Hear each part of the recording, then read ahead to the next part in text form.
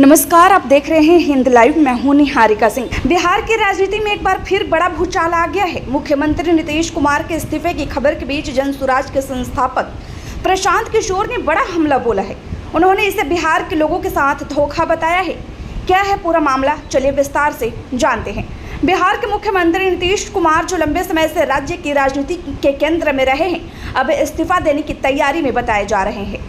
राज्यसभा सदस्य चुने जाने के बाद वे एमएलसी पद से इस्तीफा दे रहे हैं और जल्द ही मुख्यमंत्री पद भी छोड़ सकते हैं। इस खबर के सामने आते ही बिहार की राजनीति में हलचल तेज हो गई है। राजनीतिक गलियारों में नए समीकरणों की चर्चा शुरू हो गई है और हर कोई ये जानना चाहता है कि अगला मुख्यमंत्री कौन होगा। इस पूरे घटनाक्रम पर जनसुराज के संस्थापक प्रशांत किशोर ने तीखा प्रतिक्रिया दी है। उन्होंने सीधे तौर पर एनडीए और बीजेपी पर निशाना साधते हुए कहा, यह बिहार के लोगों के साथ सीधा धोखा है। प्रशांत किशोर ने सवाल उठाया कि अब बिहार के युवाओं को 1 करोड़ नौकरियां कौन देगा। उन्होंने याद दिलाया कि चुनाव के दौरान बड़े बड़े वादे किए गए थे, जिनमें रोजगार सबसे बड़ा मुद्दा था। लेकिन अब जब मुख्यमंत्री पद छोड़ने जा रहे हैं तो उन वादों का क्या होगा। प्रशांत किशोर ने नीतीश कुमार की सेहत को लेकर भी बड़ा बयान दिया। उन्होंने कहा, हमने पहले ही कहा था कि नीतीश कुमार की सेहत ठीक नहीं है। उन्होंने दावा किया कि नीतीश कुमार पहले भी पूरी तरह स्वस्थ नहीं थे और अब भी नहीं है और इसी वजह से उन्हें हटाया जा रहा है। हालांकि इस पूरे बयान पर जेडीयू या मुख्यमंत्री कार्यालय की ओर से अभी तक कोई आधिकारिक प्रतिक्रिया सामने नहीं आई है। प्रशांत किशोर यही नहीं रुके, उन्होंने साफ तौर पर कहा कि बिहार की जनता के साथ धोखा हुआ है। नीतीश कुमार, जेडीयू और बीजेपी के नेताओं ने किया है। उनका कहना है कि इन सभी नेताओं ने मिलकर जनता से वादा किया कि अगर नीतीश कुमार को मुख्यमंत्री बनाया गया तो राज्य में 1 करोड़ नौकरियां दी जाएगी।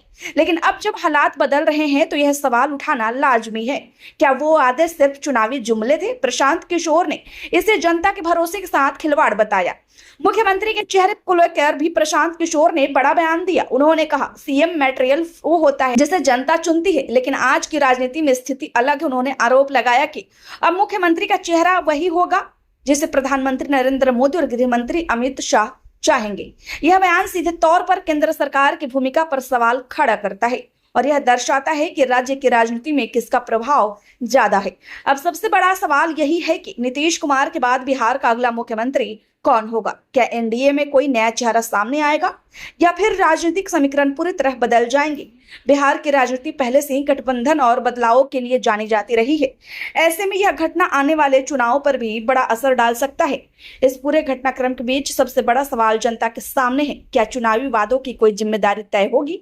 क्या युवाओं को रोजगार मिलेगा या मुद्दा फिर से चुनावी भाषणों तक सीमित रह जाएगा। बिहार के लाखों युवा आज भी नौकरी की उम्मीद में बैठे हैं और ऐसे में इस तरह के राजनीतिक बदलाव उनके भविष्य को सीधे प्रभावित कर सकते हैं।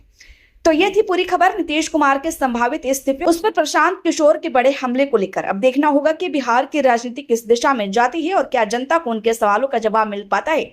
आप इस मुद्दे पर क्या सोचते हैं, अपनी राय कमेंट में जरूर बताएं। खबर अच्छी लगी हो तो लाइक करें, कृपया चैनल को सब्सक्राइब करना ना भूलें। धन्यवाद।